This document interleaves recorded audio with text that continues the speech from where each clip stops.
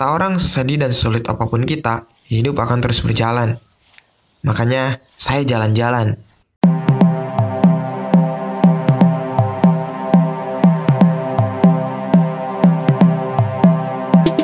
Dikala orang lain bermalas-malasan di minggu pagi, saya berdua dengan kawan saya malah gesit sekali sudah berada di Terminal Baranang Siang Bogor untuk mengejar bis pagi menuju Garut. Oke bro, jadi kali ini saya lagi di stasiun Baranang Siang nih, udah di bis nih. Rencana mau ke Garut, mau ke Gunung Papandayan, bareng teman saya nih, Robi. Dan ini yang kemarin beberapa bulan yang lalu yang ikut ke Rinjani, yang ke Rinjani bareng berdua. Sekarang kita berdua lagi ya, mau ke Papandayan, mau trek santai-santai lah, mau liburan santai gitu, naik gunung. Ya kayak sekedar ngelepasin penat pekerjaan aja. Dan di sini kita naik bis mobil NG, bis NG ya, ini lumayan banget. Fasilitasnya bagus banget dan dengan harganya yang 100 sampai Garut. Dan dulu emang 60.000 ya, sekarang naik sekarang Covid, naik hampir 100% lebih lah. Tapi gak apa-apa lah, yang penting nyaman ya, yang penting nyampe. Oke, mungkin ini berangkat jam tujuan ini di sini. Dan karena sekarang jam 6:30, setengah jam lagi kita tunggu sih. Oke, mantap. Tepatnya jam 7 pagi, bis pun mulai berangkat. Oh ya, untuk destinasi wisata kami kali ini adalah Gunung Papandayan, Garut.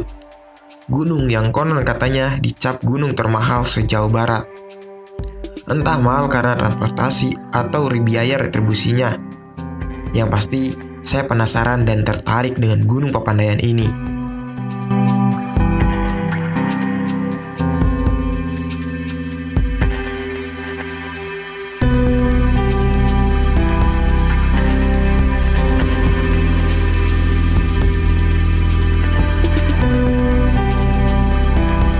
Jalanan lancar dan tak begitu ramai di hari Minggu ini. Mungkin belum menemukan titik macet juga. Untuk jarak dari Bogor ke Garut sendiri cukup jauh juga. Biasanya normalnya perjalanan 6 jam jika tidak macet. Tapi, sekarang hari weekend, dipastikan sedikit agak macet.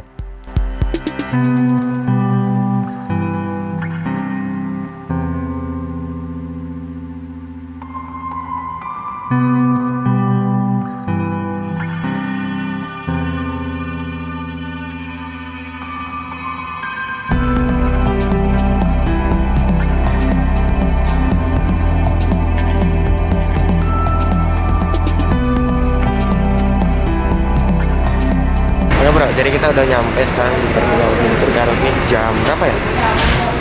Jam 12:20. Ini agak ngaret sedikit sih karena tadi macet banget dari Garut. Dari sini mungkin kita istirahat dulu ya, cari makan terus dari WC atau apa gitu. Terus habis itu baru kita ke Papandayan. Naik angkot kita naik kapal. Sesampai di Terminal Garut, kami sedikit terlambat karena tadi macet cukup lama sekali. Seperti biasa, karena perut kami keroncongan sehabis perjalanan yang cukup panjang tadi, kami memutuskan untuk mengisi perut dulu sebelum lanjut berangkat lagi. Makan bang, jadi kita makan apa nih? Kan bahasa dulu, bazo. Bahasa nasi terus. Selepas itu baru kami membeli logistik sembari mencari tahu info tentang kendaraan menuju Gunung Papandayannya.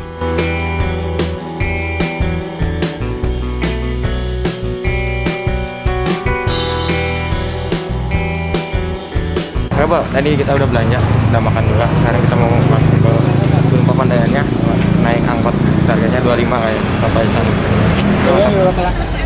Beli bus sempit. Malu. Oh no itu.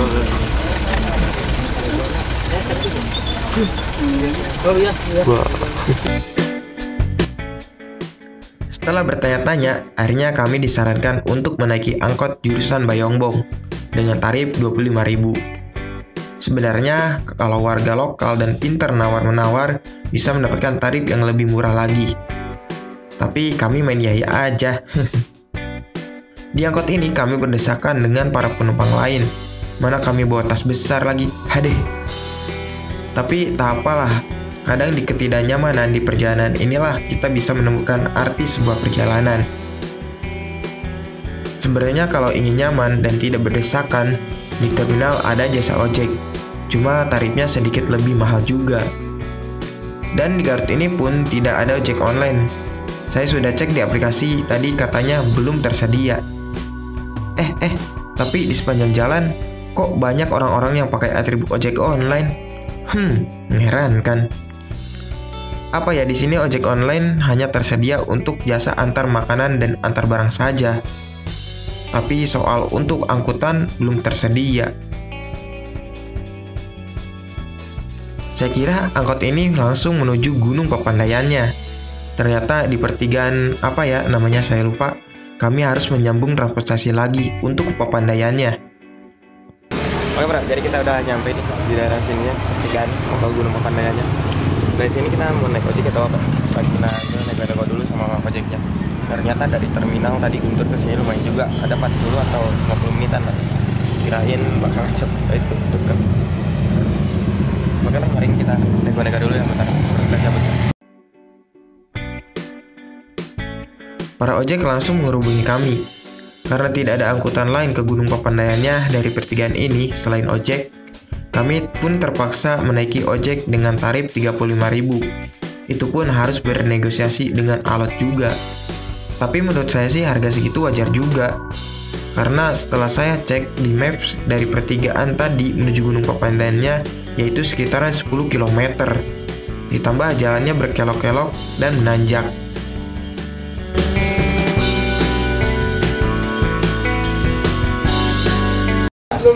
Berarti udah nggak ada lagi ya? Ini sekarang kan libur, tiket masuk kawasannya 30.000, untuk campingnya 35, jadi 65 sekarang.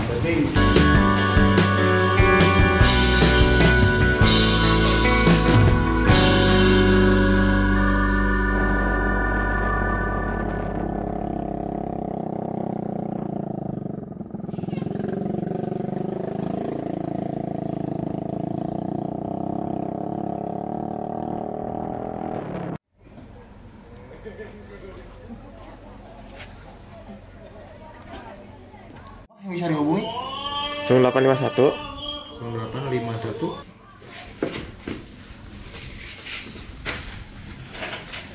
Oke bro, jadi kita udah nyampe nih di parkiran kayak Papandayannya ya, registrasi. Nah, untuk registrasi sendiri tadi berapa, Bi? Tadi untuk karcis masuknya 30, untuk simaksinya 35. Jadi 65 lah total, lumayan juga ya. Angkutan sini juga lumayan sih. Jadi sekarang ini baru ajan ya, mungkin kita habis ajan baru kita ke atas ya. Berapa jam ya? 3 jaman ya, 3 jam, 2 jam di Pondok Salada.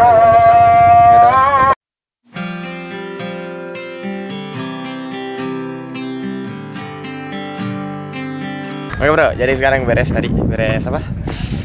packing, terus beli apa yang itu udah yang nggak kebeli gitu, kayak gas sampai lupa nih anjing nih, drop ini gas aja sampai lupa, minyak lupa gak kebeli, aduh parah. Terus sekarang kita mau mulai trekking jam berapa ya? Habis asar ya sekarang, sore banget tuh ya, paling setengah empatan sekarang jam, dan perkiraan ke atas 3 jam katanya sih. Yaudah kita cabut. Di atas ada pemeriksaan lagi gak Pak? Katanya ada pemeriksaan Pak. Harus di sini. Oh iya, di sini wajib vaksin ya, jangan lupa ya. Pemeriksaan tentara orange. Anjing. Rasa jeruk. Di sini wajib vaksin persyaratannya, dan jangan lupa KTP juga sih, HP. Cuma segitu persyaratannya sama uang ya. Muter anjing. Pada asar, barulah kami mulai trekking. Uniknya, trek awal yang kami lalui adalah jalan beraspal yang dibatasi menjadi 2 bagian jalan. Ada yang khusus untuk pejalan kaki, dan ada juga yang khusus untuk pengendara motor. Ya, karena di Gunung Papandayan ini juga ada jasa ojek untuk sampai ke atasnya. Dengan tarif katanya 150 ribuan. Cocok sekali buat kalian yang gak mau ribet dan gak mau capek. Karena kami lebih suka berjalan, ya jalan saja. Toh, kami niatnya kesini untuk menikmati keindahan gunungnya dan perjalanannya juga, bukan?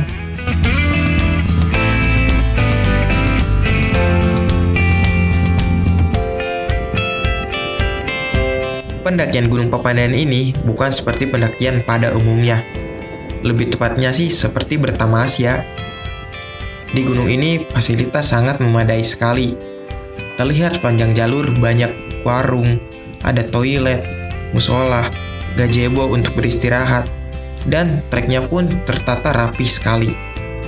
Sepertinya gunung ini sudah menjadi gunung komersial, cocok sekali untuk wisata keluarga. Oke bro, tapi ternyata kita jadi nyampe pos 7, tapi ya pos 1-nya di mana ya? I don't know. Bingung. Jadi kita sekarang masih bingung nih mau ngecamp di Pondok Sada atau Guberhut. Katanya lebih bagus view-nya kalau kita ngecamp di Guberhut, tapi kebanyakan orang di Pondok Salada. Dan kita juga gak tahu nih bagusan mana sih. Ya kita jalan dulu aja ya. Katanya ke Pondok Salada kata si bapak tadi cuma sejam dari sini ke sana. Dan sekarang cuaca udah berkabut gini, udah ada rintik-rintik air, udah gerimis. Takutnya sih hujan sih. Makanya kita agak buru-buru. Keisengan manusia. Apa tuh? Oh kayak ini orang-orang buat nembak. Meta itu namanya Meta. Oh, Meta. Oh, Meta. Anda rajin sekali Meta. bukan Meta. Jadi kayaknya bukan Meta itu, kayaknya ada yang mau nembak Meta gitu. Ngerti gak sih? Nah, bisa jadi. Bikin dia terus ke bawah ke puncak, terus Meta lihat ke bawah, I love you. Langsung ditolak Meta. Alay banget sih lu katanya.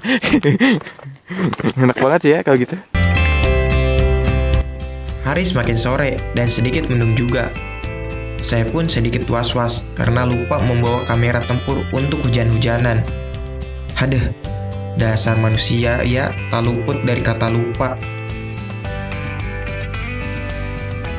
Trek Gunung Papandayan ini dibuat seperti sirkuit MotoGP. Jalurnya memutar. Di pos 7 tadi sebenarnya ada 2 jalur. Yang ke kiri langsung melewati hutan mati untuk ke Pondok Salada. Yang jalur kanan melewati camp Guberhut dulu sebelum ke Pondok Salada. Oke bro, sekarang kita udah nyampe Guberhut nih. Jam berapa ya? Oh, jam 17.18, jam 6.18. Dan kita ngecek dulu ya ke sini bagus apa enggak gitu Guberhut. Kalau katanya sih ini tempat sunrise ya di sini. Cocok banget kayaknya, sunrise-nya lumayan bagus. Tapi ya kalau agak kurang sama selera kita ke Pondok Salada paling. Kami pun ngecek dulu camp Guberhut. Tapi karena kurang sereg dengan tempat campnya dan di Guberhut ini sepi, hanya ada 1 tenda, kami pun memutuskan untuk berjalan lagi menuju Pondok Salada. Katanya di Pondok Salada banyak tumbuhan edelweiss. Jadi saya pun tertarik. Akhirnya nyampe juga di Pondok Salada. Oh, ada to-do listnya ya. Di sini tidak ada sinyal wifi, tapi kamu akan temukan koneksi yang lebih baik. Anjay. Bangunlah dengan senyum. Kan masih jalan belum bangun ya. Carilah foto alangan dan jelajahi alam liar. Lihatlah matahari terbit dan terbenam. Berfoto dengan edelweiss. Tertawalah, bernyanyi dan bercerita di depan api unggun bersama sahabat. Buat jiwamu. Hitunglah berkahmu dan berterima kasihlah untuk hari ini. Terima kasih. Ya Allah hari ini. Terima kasih Allah. Walaupun mahal. Walaupun ojek dari bawah sampai sini seharga 80.000. Jadilah ya. Oke bro, jadi kita udah nyampe nih di Pondok Salada. Jam berapa sih? 17.37, jam setengah 6 lewat. Dan kita rencana mau camp di sini, emang tempatnya enakan sih. Ada shelter juga, warung. Sebenarnya gak perlu bawa tenda ya sih sini. Padahal ya tidur di warung aja udah enak sih. Tapi ya gimana lagi, kita juga baru pertama tahu kan. Ntar mungkin kita camp di sini aja, kita punya tenda ya di sini. Tetap. Sesampai di Pondok Salada, kamu diwajibkan untuk registrasi ulang kembali. Tapi tidak bayar lagi kok. Hanya dicek tiket dan dicatat untuk didata.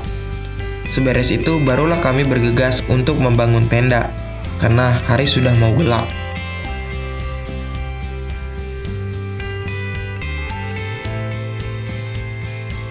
Di Pondok Salada, sebenarnya kita tidak perlu membawa tenda juga, tidak apa-apa. Kita bisa menumpang tidur di pos penjaga atau di warung-warung warga. Di sini juga fasilitasnya lengkap sekali. Ada musola, kamar mandi yang bersih sekali, pos penjaga, warung-warung, hingga tempat sampah pun ada. Sehingga tak perlu repot-repot lagi tuh membawa sampah turun. Oke Pak, jadi sekarang kita mau unboxing logistik. Oke, jadi di sini ada air, ada mie, pendakian dengan mie. Terus ada ini kita bawa logistik simpel aja ya karena ya malas masak. Paling cuma ini kan cuma berapa menu sih sebenarnya, gak terlalu ribet sih. Jadi kita bawa mie aja banyak karena ya Emang kebutuhan sih ini. Modelnya agak baik sih, tapi baik aja kalau enak.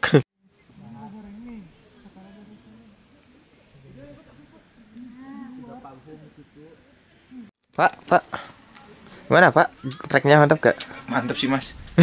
Banget ya, capek sekali. Sebenernya tapi kesini gak usah bawa tenda ya. Gak usah. Bawa uang aja yang banyak. Bawa uang aja yang banyak. Gak usah bawa logistik, gak usah bawa. Warung ada sih. Gak ada. Bawa uang aja yang banyak ya. Biar ya lebih simpel sih Bil. Ya lebih simpel sih. Kalau uang banyak naik ojek. Kalau emang pengen healing bener-bener gitu istilahnya. Gak buat capek. kerja gitu, biar gak capek. Cuma refreshing doang ya. Papandayan worth it sih. Gak perlu bawa tenda pun di sini shelternya banyak. Gitu. Ya lihat tuh, banyak kan. Nggak takut untuk kehujanan sih, nggak takut, sepanjang jalan banyak shelter sih. Tapi kan ada ojek kalau ada uang. Ya kalau misalkan emang pengen cepat sampai ke sini bisa kan ya Bu ojek ya? Bisa 150. 150.000 sampai dari sini. bawah, mantap ya. Tapi enak sih. Bener, Kalau pengen cepat gitu. Sini sih worth it sih. mantap coba itu. Untuk acara keluarga, Acara keluar. liburan keluarga. Gua sini ada api unggun nih di warung nih. Kita ngopi di warung aja ya. Kali nyusu di atas ketinggian. Pondok salah dah. Mantap sekali. Senja-senja mania. Bira. Senja. Bayar kopi siap.